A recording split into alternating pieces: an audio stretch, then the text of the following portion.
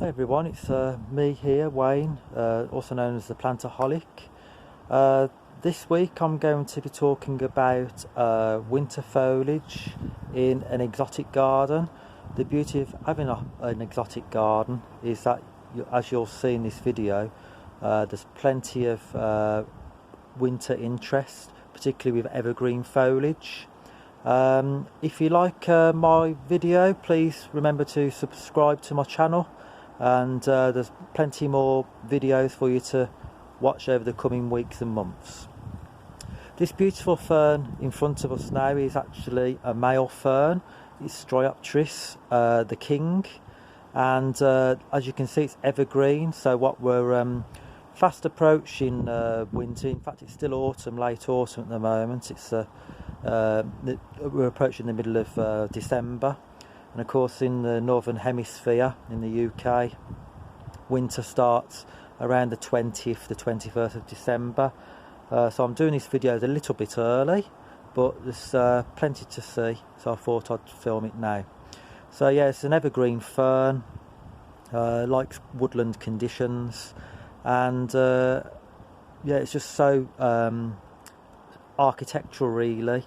It's about a metre square, metre in height, a metre in width, and you can see the foliage divides into these beautiful shapes that you can see here.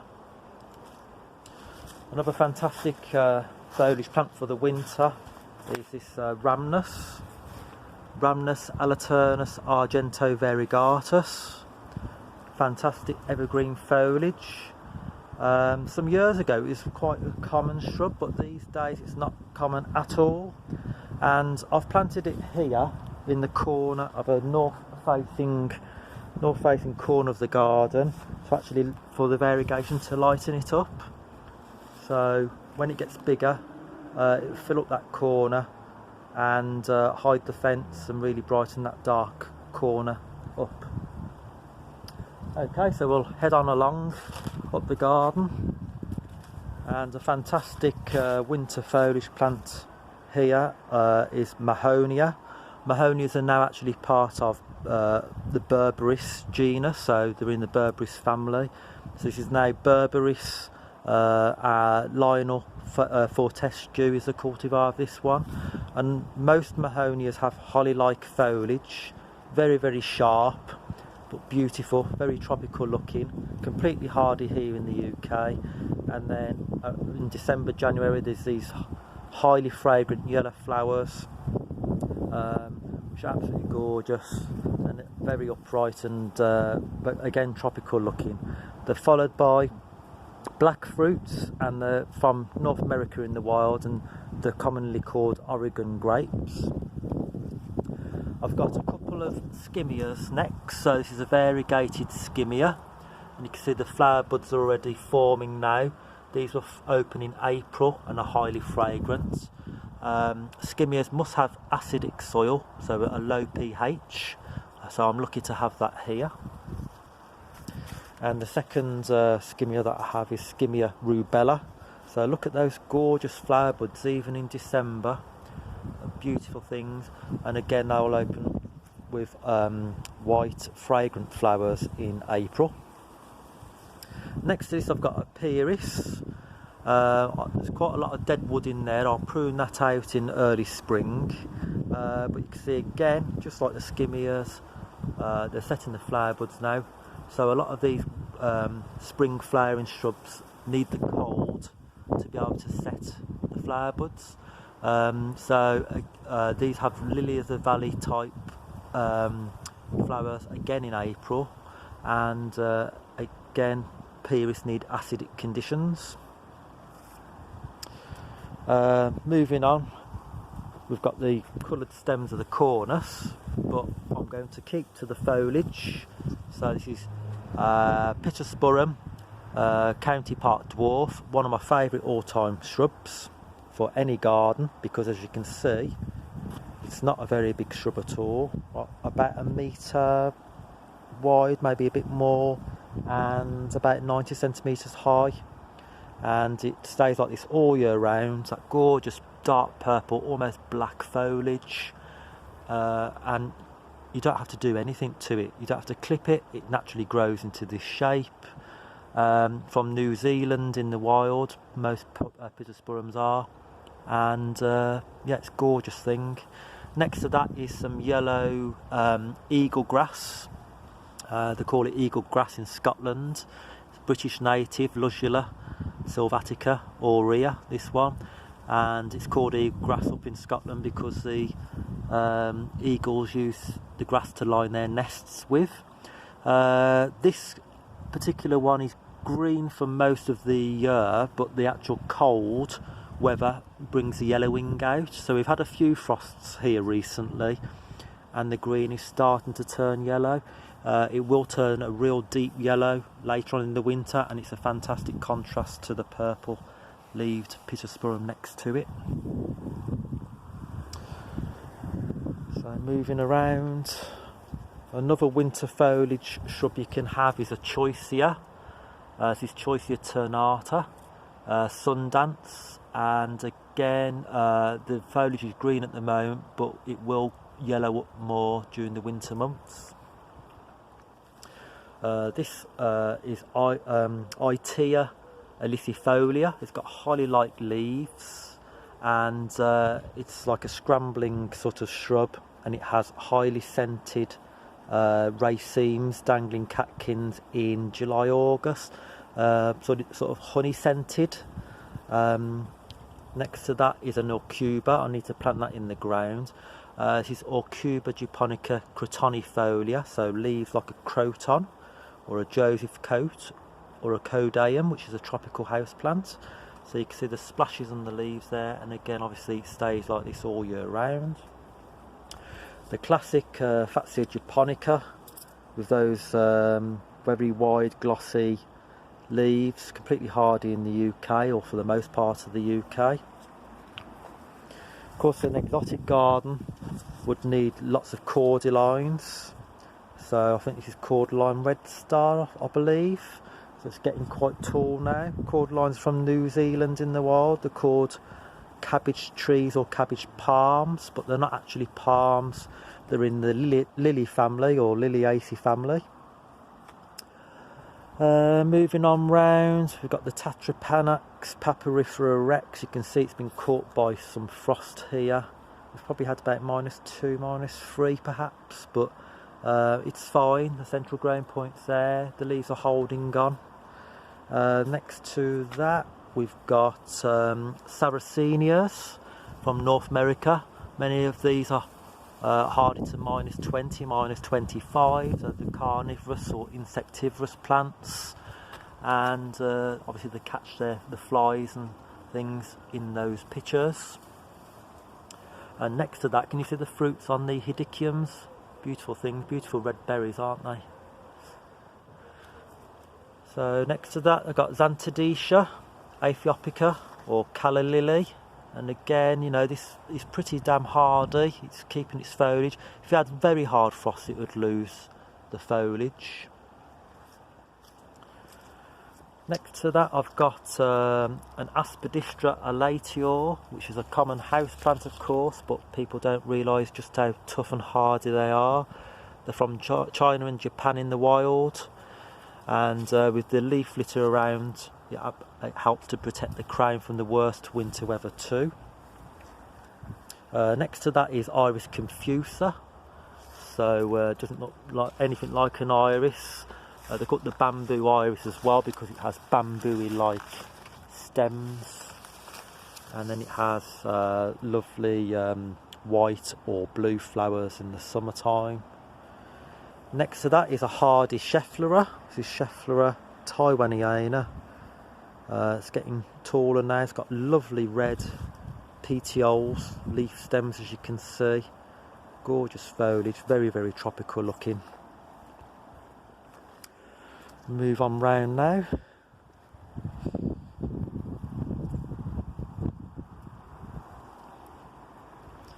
So they've got a cordyline there, which I've unfortunately lost the name of actually. So if anybody knows what it is, please do drop me a comment. Let me know. It's multi-stemmed, very narrow foliage. I've got another Cordyline here, Pink Passion. I haven't covered it from the winter yet. If it goes colder than -3, I will wrap it up, but so far so good. I'm keeping it as it is. A hardy palm, Tracheocarpus Wagnerianus, very closely related to Trachycarpus fortunei, the most common windmill palm. This particular species, Wagnerianus, is really good for windy locations. I live on top of a modest hill, so it does get quite windy here, and so the stiffer, shorter foliage withstands the winds much better than other palms. Beautiful thing though. It's only got a small trunk on it, but it's about 1 metre high now, and it looks stunning when it gets taller.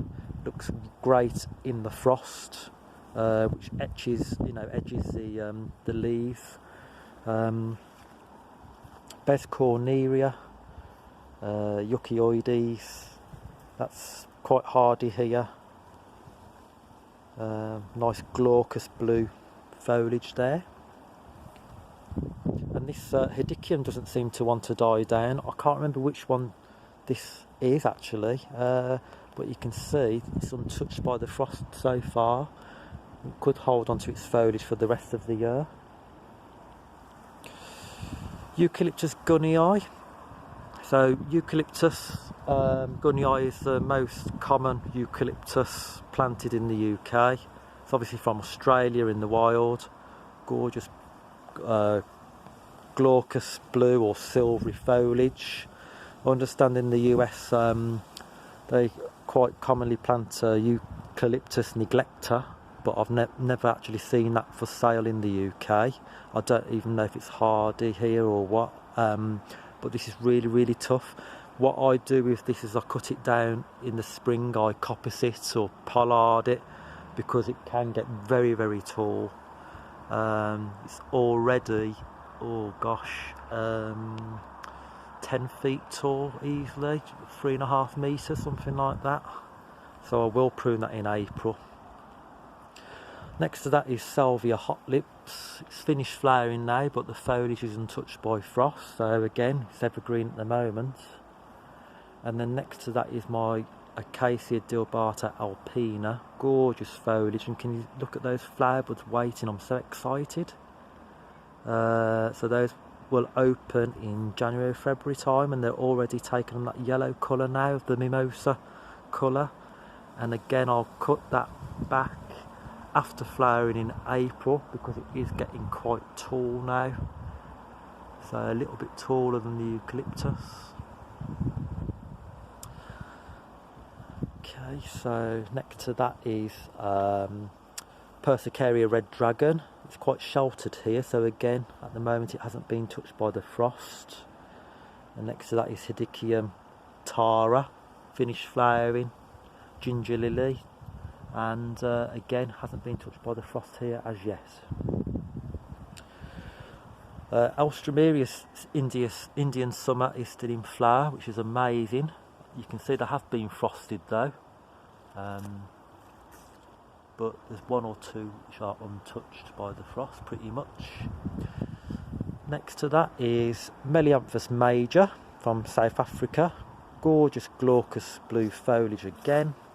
Beautiful thing, look at that, stunning. And if you rub the leaves it smells like peanuts or ground nuts, and you can see the water droplets collected on the leaves.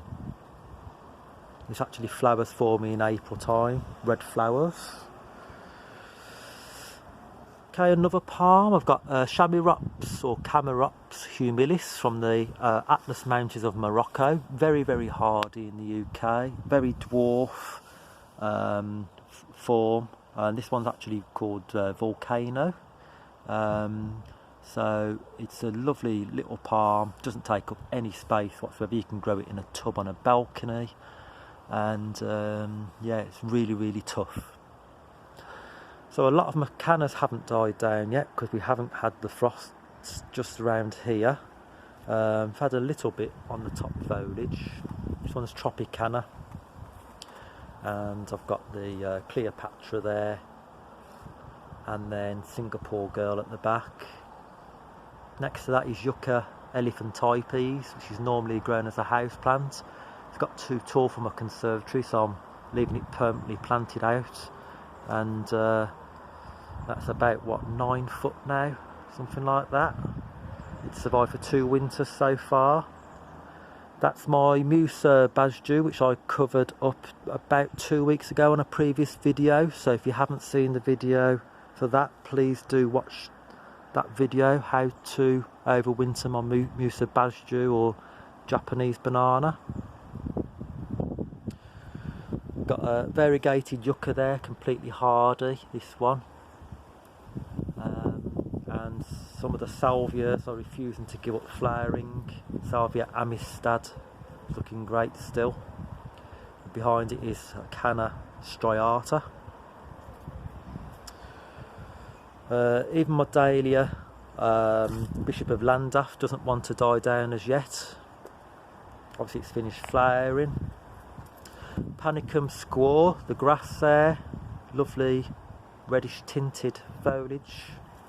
And a lobelia, hardy lobelia with red flowers. This is Laxiflora angustifolia, and the foliage is evergreen in mild winters. Got a tiny clump of black grass, or black lily as it should be, Liliaceae family, Ophiopogon Planiscapus nigrescens, black foliage, evergreen. Fantastic thing. It looks lovely planted next to white snowdrops, in fact. Euphorbia wolfanii, looking great. Setting the flower buds for the spring, which will flower in April time.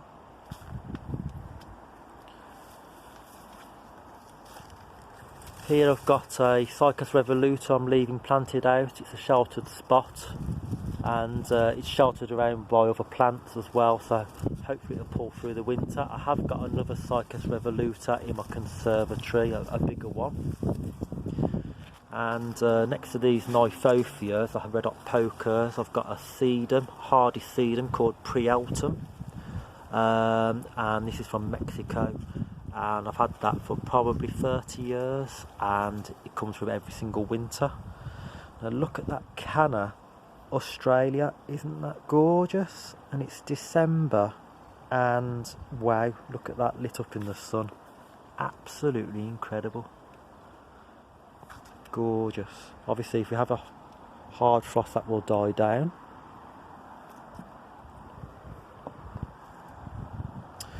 So if you've watched my videos back in the spring, in April, I bought 2 palms. This is Butea odorata. We've had a hell of a lot of rain over the last few weeks, but it's completely fine. It's in a pot, got good drainage. It's really happy, and look at the structure it adds to a winter garden. You know what, palms I think are very underrated in the UK. I think a lot of people are scared to grow them because they think that they're not going to be hardy, but this is pretty tough in most UK winters. And if you look in amongst the feathery-like foliage, the growing point or spear in the centre is completely fine and really firm still. Looking great. So that's the Yucca elephantypes. Moving around to my other palm that I bought in the spring is Brahia Armata. Again, absolutely stunning palm. Glaucous blue foliage from Mexico. So they do like lots of sun and well drained soil. I was a bit worried about all the wet we've had because obviously it does like it well drained. It's in a pot, so I'm hoping it'll be fine. The growing spear is looking fantastic, really firm again, no problem at all there. In fact, it's got a new leaf there which is just unfurled, but look at that stunning silvery blue foliage. Why wouldn't you want that in your winter? your exotic garden during the winter months.